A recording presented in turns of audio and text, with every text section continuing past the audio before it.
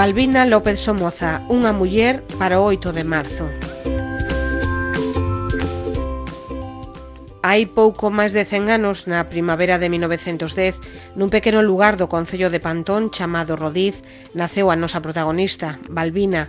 Naceu no seo dunha familia labrega formada por Jesús e Raimunda, que tiveron 6 fillos, 5 nenas e un neno que morreu de moi pequeniño. Como filla maior, aínda que era moi nena, Balbina tiña que axudar na casa, nas tarefas do campo e co gando, xa que tiñan vacas, 2 xugadas de bois, ovellas, porcos, coellos, pitas, cans e gatos. Ademais, axudaba a coidar dos irmáns pequenos, sobre todo nos anos nos que veu a peste, unha enfermidade que mataba a moita xente. Esta é a súa historia contada por ela mesma.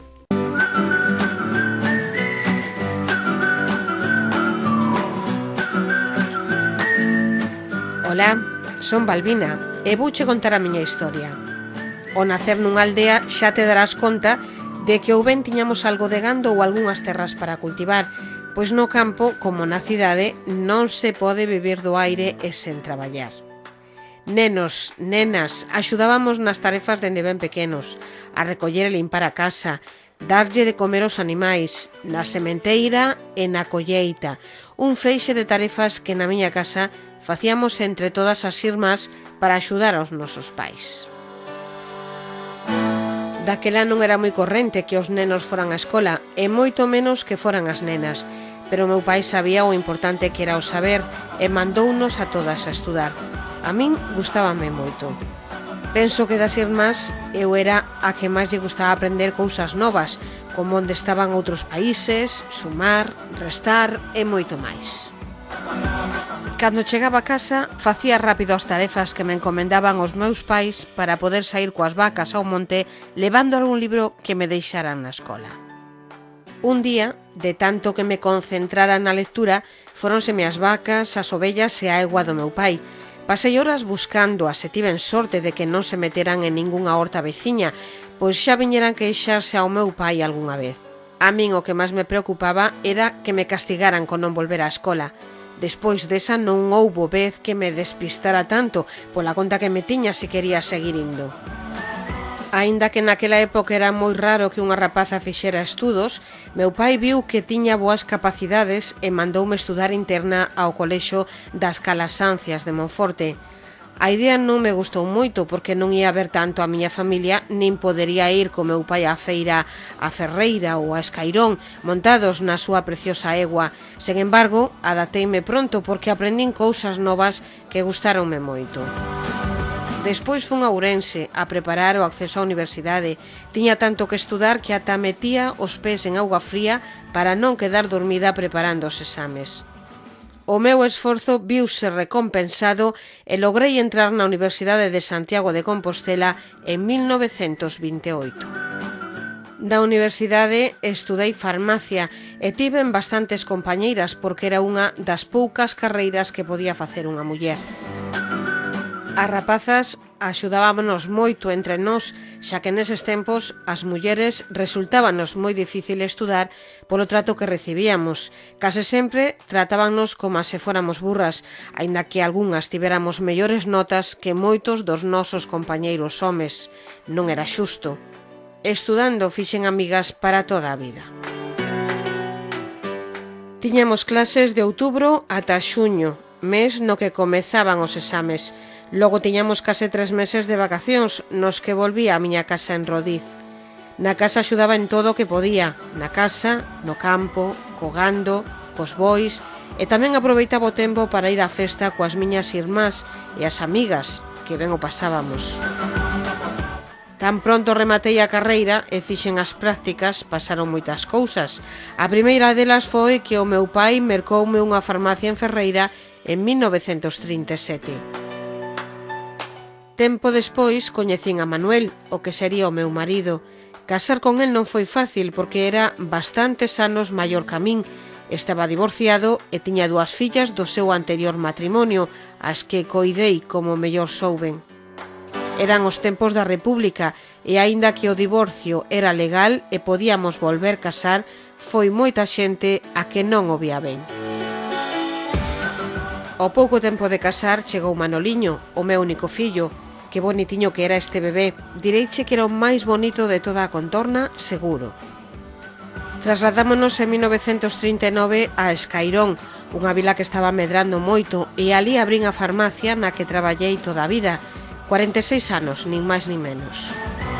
O meu bo facer como a farmacéutica axiñábale o meu aprecio e cariño das xentes da contorna. Sempre preocupada pola atención aos veciños, foron moitas as noites nas que me levantaba de madrugada para dar algún remedio, un pouco de amoníaco para disipar algún mareo ou algunha medicina para tratar a dor.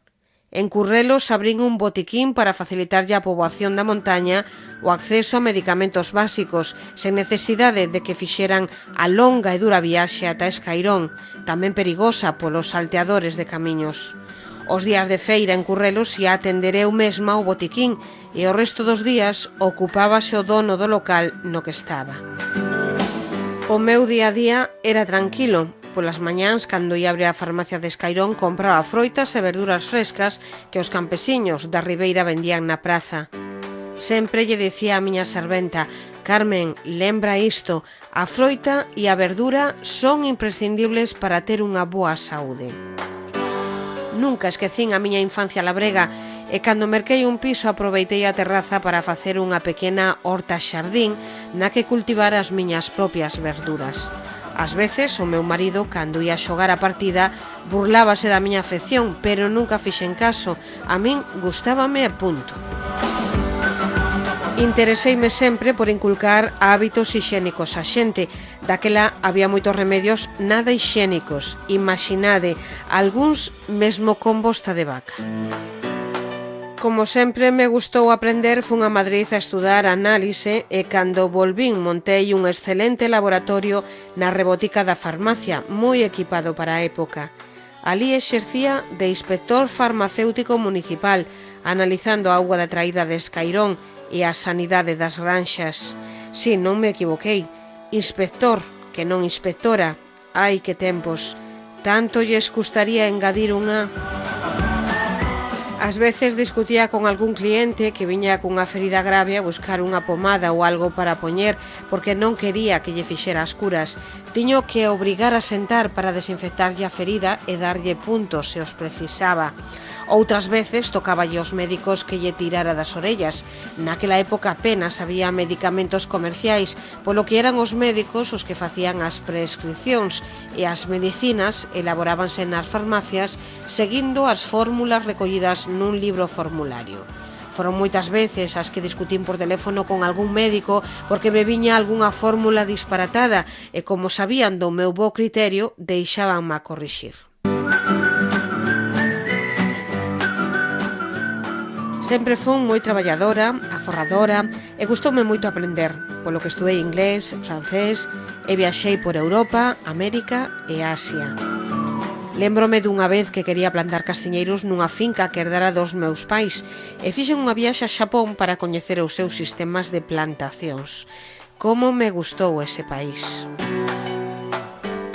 E viaxando de aquí para alí, volvo a Escairón e remato a miña historia lembrando a miña compañeira de profesión Maruja Lamelo, de Osaviñao. Cando Maruja se fixo cargo da farmacia de Dona Digna, e a pesar de sermos competencia, sempre mantivemos unha relación cordial e de apoio mutuo. Se nunha das farmacias faltaba un medicamento e o había na outra, íamos por el. Temos botado boas paroladas as irmáns Lamelo e eu.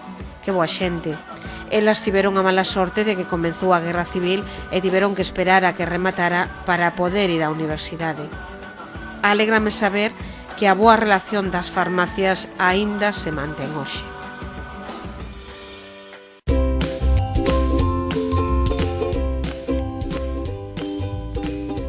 Balbina faleceu en 1985 e foi soterrada no cemiterio municipal do Osaviñao, en Escairón, xunto co seu marido e a súa querida serventa Carmen.